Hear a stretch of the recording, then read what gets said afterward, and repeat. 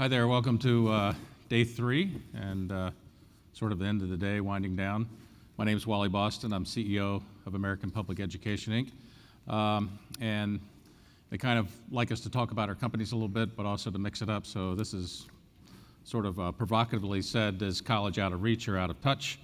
And we'll kind of talk about some of the things. So there's a few self-evident truths about college education. And most of them deal with affordability and access. According to a report from Lumina, more than 95% of colleges are unaffordable for low-income students, the lower half of the demographics. Private colleges are now charging an average net price of $14,530 a year, including room and board. That goes to $26,740, which is over half of the average family income. So right away, if you're in the lower income bracket, a parent is looking at college as unaffordable for me and my kids. Key drivers of high tuition.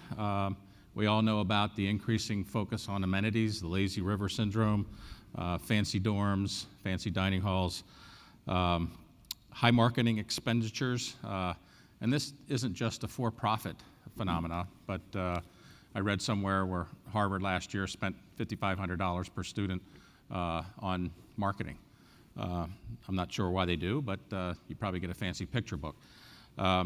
Anyway, marketing is one of the fastest growing expenditures, enrollment management, for all colleges. Cost of top faculty in collegiate sports. Payrolls expanded at public and private colleges by 28% from 2000 to 2012, and that's about 50% faster than the previous decade. So the impact, a lot of people are saying, is we're going to have fewer universities. You can already see that we're down by about 800 from 2013 to 2017, and admittedly, some of those numbers are small for-profits that were part of the Corinthian and IT&T chain, but nonetheless, there are some nonprofits that are out of business. And really, when you look at the Gallup survey that just came out of college presidents, only 63% are confident that their institution's financially sustainable over the next 5 years. 53% are thinking that they're viable. But if you take the inverse of that, 47% are thinking that they're not viable over the next 10 years. Nearly all of the presidents in the survey thought that colleges are going to believe that colleges will merge or close this year. 30% predicted between 1 and 5%. 1 and 5 close, 40 between 6 to 10, and 29% say that over 10 will close this year. I happen to be a little bit of a disbeliever in closures on the predictability of closures on a per annum basis. Years ago, I worked for Price Waterhouse, and I had a boss who said, never underestimate the ability of a dying institution to continue for a longer period than you thought. So I think there's some of them, good examples, Sweetbriar, that may be in that death knell and somehow spring back to life, at least for a while. 13% of the presidents said that they could see their own college closing or merging in the next 5 years. That's pretty high when you think about it. Most of us are typically optimists. And you know, this attention to affordability has created a lot of misperceptions. But I have 2 high school seniors that are going to college next year. And when I started looking at the institutions they were interested in, I was much more impressed with the in-state tuition than I was with the $70,000 a year private institutional cost, just from the list price. According to Moody's, a third of small colleges are operating at a loss, and that's up from 20% just a few years ago. So other higher ed thought leaders, and these are a few authors of books. I think you may be familiar with Clayton Christensen, so I'll start with him at the bottom. His famous forecast that half of all colleges would be out of business within 10 to 15 years. But then some of the other ones that have come out this past year, and I'm just going to go up backwards. So Nathan Grahl is a professor of sociology at Carleton College, and his book, Demographics of Higher Ed, when you just purely apply the data and who's going to be going to college over the next 10 to 12 years, schools in the Northeast and the Midwest are going to be dramatically impacted. The growth is pretty much in the South and the Southwest, and it's in minorities. It's in Hispanics and African Americans. It's not in Caucasians, and it's not in the higher income levels of our demography. So his forecast, based upon this data, is that the elite schools are going to do really, really well, and he thinks they'll do about a 15% enrollment climb. But everybody else is going to see 15% declines in traditional students, which means they'll be fighting more and more for the non-traditional students, those who some of the companies presenting at this conference have talked about. And then Brian Kaplan. Brian's book is a little controversial, and maybe some of you hadn't seen it, but all capital letters, a professor of economics at George Mason University, and I believe a Princeton grad, talks about the case against education. And so Brian talks about how he's a great student and he got all these great educational opportunities in life, and he's a tenured professor, and so he can write this sort of thing. But he really says that 1/5 of higher education's value is an increase in human capital, but the rest is signaling. So the colleges we go to make a big difference in the jobs we get and the opportunities we have, but the rest of it is signaling or BS. It's a fascinating book. I haven't had the time to meet Brian yet, but George Mason's pretty close to where I live in Baltimore, so I'm going to have to try to arrange that at some point. The impact of high tuition. So decreased enrollment. There was a study in educational evaluation and policy analysis that looked at public institutions over a 12-year period, and basically for every 0.25% of a decline in enrollment was accountable for every $100 added in tuition. And it was a larger impact at research institutions than it was at non-research institutions, or said in other words, the community colleges didn't get impacted as much as the research institutions for that $100 increase. Academic effects. The lower retention, lower GPA, and higher time to completion for working students, we're just distracted. And those of us that are employed have a lot of things to do, and obviously our focus first is probably our job, because the job helps us support our family. Priorities are not going to be into going to a land-based residential place for courses after work or courses on weekends, and one of the reasons for the high growth in online. But nonetheless, if you're going to gear up something like that, you've got to gear up for the needs of the student and not for the needs of the institution. According to the census, 52% of undergraduate college students work 27 weeks a year or more, and the average is 80% of all college students work an average of 19 hours per week. Student debt is impacting discretionary spending and economic mobility. We have a shrinking middle class. I'm a big believer in the fact that technology is carving out those middle class jobs. I can cite a bunch of books on it, but I've really seen it just during my own career when I started working out of college. There were a lot of managers of departments, and now the departments are a lot bigger with no managers, people reporting, and the technologies really eased that from the days when there was a lot of paper pushing and now automation from invoice entry, et cetera. But students who have debt are delaying their marriage, they're delaying having kids, they're delaying buying a home, and this is a long-term impact on the economy, which a few people have cited. In 1995, we were #1 in developed countries with a 33% graduation rate. Since then, we've fallen to 19, and part of that, from my perspective, is the affordability issue, affordability denying access. Once again, impacts felt by families, society, and the economy. So what can we do? I mean, you can be a glass half full, glass half empty. I'm kind of a glass half full guy. I think there's a bunch of things we can do. We can reduce the time to degree completion. So an elite school is not really going to do any of us favors.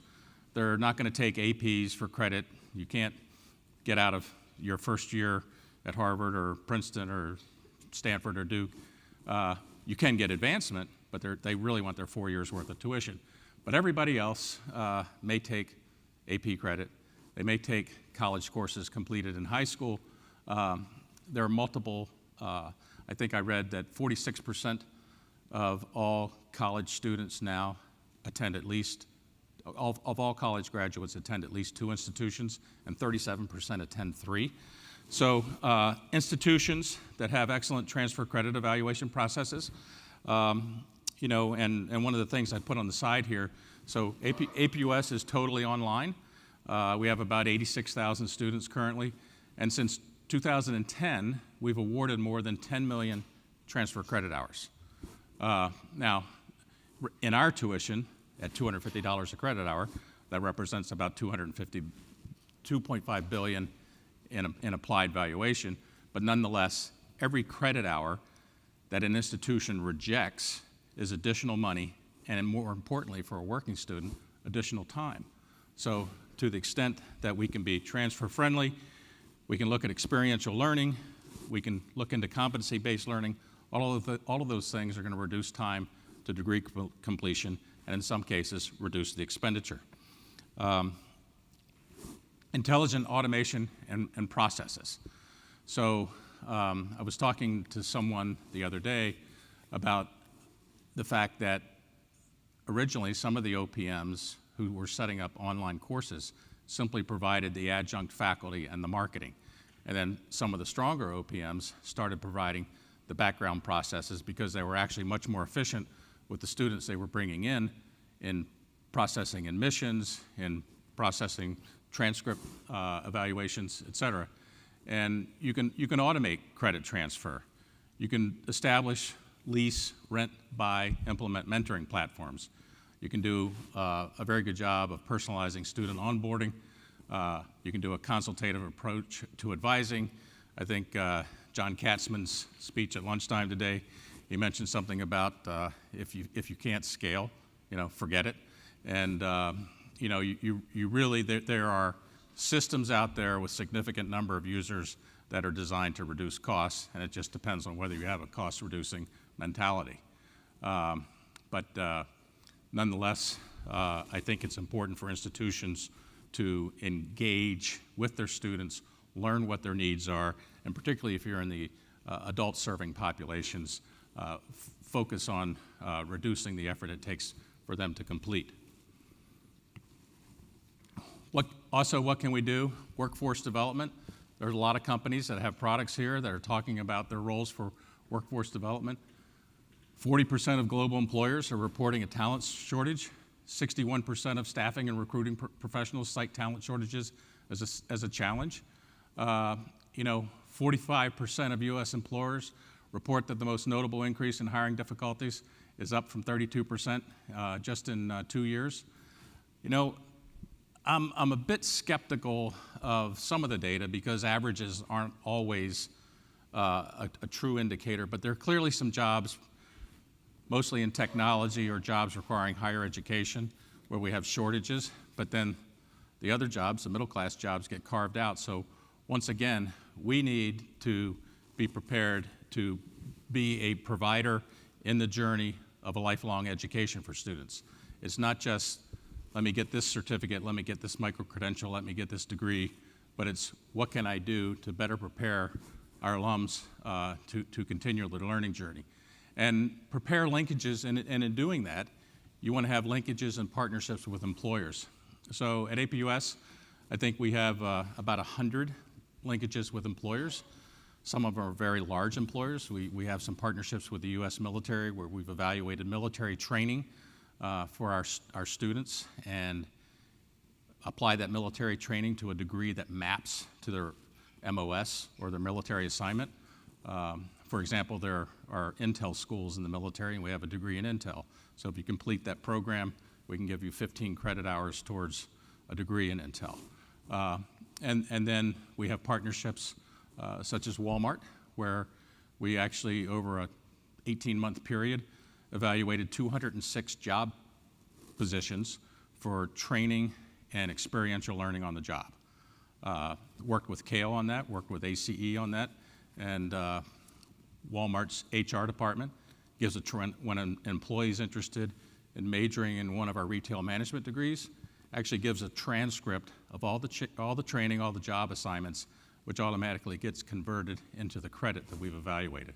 So these types of linkages and partnerships aren't always easy, but when you create one of these, if you do it well, it can become a long-term partnership and it can become a source of students for your institution.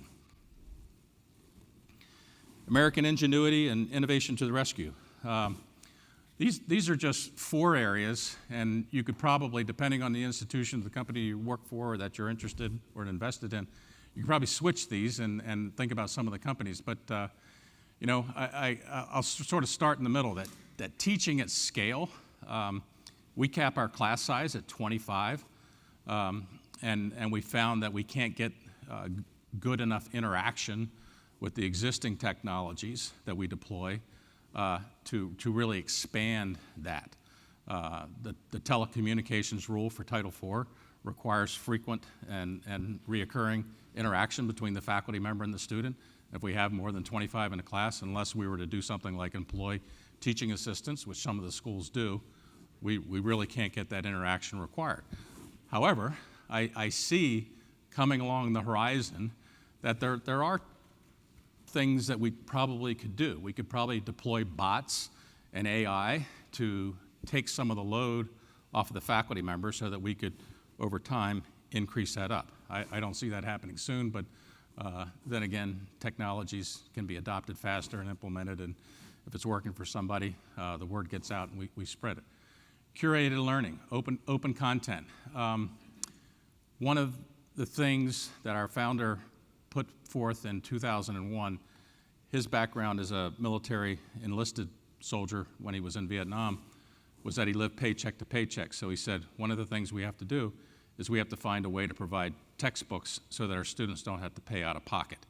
So initially, we just negotiated good deals for textbooks, including used textbooks, since they were coming out of our expense and not the students. But over time, we moved from used textbooks and new textbooks to electronic textbooks to now OER, and we probably have converted about 80% of our undergraduate courses into OER materials. Well, to stay on top of OER materials, you need to make sure they're current and they're utilized. But nonetheless, the good news is it's a widely spreading trend, and the average textbook out-of-pocket cost for students in some cases, you may have read about this, cause students to just not buy the textbook and try to wing it on the class without a textbook. Faculty mentorship, there's software programs, there's companies here that help faculty mentor. We use a program from Civitas, and it allows our faculty to sort of get indicators, key indicators, on how the student's doing beyond the grade and participation in the class, but how they're doing overall, and they're trained on how to implement and mentor. And then the other thing I'll put at the top is more and more we're finding that our students are desiring to access the internet from this device that's in their pocket and not a laptop and not a desktop. And so investments in mobile first, and I don't mean something that sort of forms its way around the screen, but actually something that's redesigned so that automatically once the device is detected, you can have an appropriate menu and appropriate design to get the interaction that you want and have the same experience in the course. I still don't recommend it for writing papers and uploading the papers, but who knows? One of these days we'll get there. Some of the other things we can do. I think we've all heard about the Purdue-Kaplan partnership. We've all heard about many partnerships with nonprofits and OPMs. I think you're going to continue to see the unbundling of higher ed. I maintain that in 5 years, if not now, general education courses are going to be commodities. And I know that's anathema, particularly to faculty at liberal arts colleges, small liberal arts colleges, and when you look at the number of courses that are taken for gen ed. But you know, quite frankly, why does the California system use 200 different versions of English 101? One of these days, someone's going to wake up and, you know, let's standardize it, let's put it online. I think the Georgia state system's already done that, and it'll save some money. And I think eventually with free community colleges community colleges providing a lot of gen eds unless they're technical degrees. We're going to see some commodification there, and those of us that aren't lowering our price on the gen eds, ought to find ways to accept the credit from institutions that do. Competency-based learning, it's great to talk about, but thanks to our Department of Education and under both parties, we really haven't seen them make it easy to get approval for Title IV. But I think once we get approval for Title IV, I'm very optimistic that institutions and their faculty are going to find ways to implement competencies in the workforce to ed partnerships. I just talked about the free open source materials. And ultimately, I think what we need to do is we need to drive our higher education to a zero marginal cost, meaning that we can add a certain number of people, almost in a step function. If you remember those business classes and talking about cost accounting, you have fixed costs at a certain level, but then you can float it up. And I really think that institutions need to say, okay, it's not that I break even on every student, but let's go with zero marginal incremental cost and have that cost cover some of the, and in order to keep the cost down. One of the things that we've done, we had a mission of being affordable years ago, and that mission has stayed with us. And since 2001, we've not increased our undergraduate tuition for folks in the military because the DoD reimbursement hasn't gone up since 2001. Well, the way we did that, we had to adopt the philosophy of having, zero marginal cost, of finding ways every year, if we weren't growing, if we were flat, and our costs were going up 3%, we had to find ways to engineer 3% of the cost out. And I think that just requires a major change in how you think about college finances. And then just on the survey here, a lot of college presidents expect to see an increase in tuition resets. They're kind of complicated. You got to do some research on those. I think Utica College is one of the ones that's done it more recently. And then, the other thing about textbooks, I think that's way too simple, but it's glad to see that the OER movement is getting up higher. My last slide here, just a new era for community colleges. We hear about the free community colleges. They are mainly dependent from their state funding sources. They're a lot cheaper than four-year institutions. In many cases, they provide partnerships with the local employers, a lot of workforce funding. At the same time, with the erosion of some public support, it's helpful to see the 16 or 17 states that have tried to implement free community college programs, even if the funding for free is a last resort after all the financial aid's been applied. But I happen to think that the community colleges are well positioned for this new environment. They're affordable. They're used to dealing with students at the lower income levels. Their grant aid exceeds their published tuition prices in many cases, and they're building on relationships for jobs so that when you look at the movement of institutions and their graduates have to correspond to the job market, I think they have a much closer relationship than four-year institutions, and they're willing to embrace ed tech.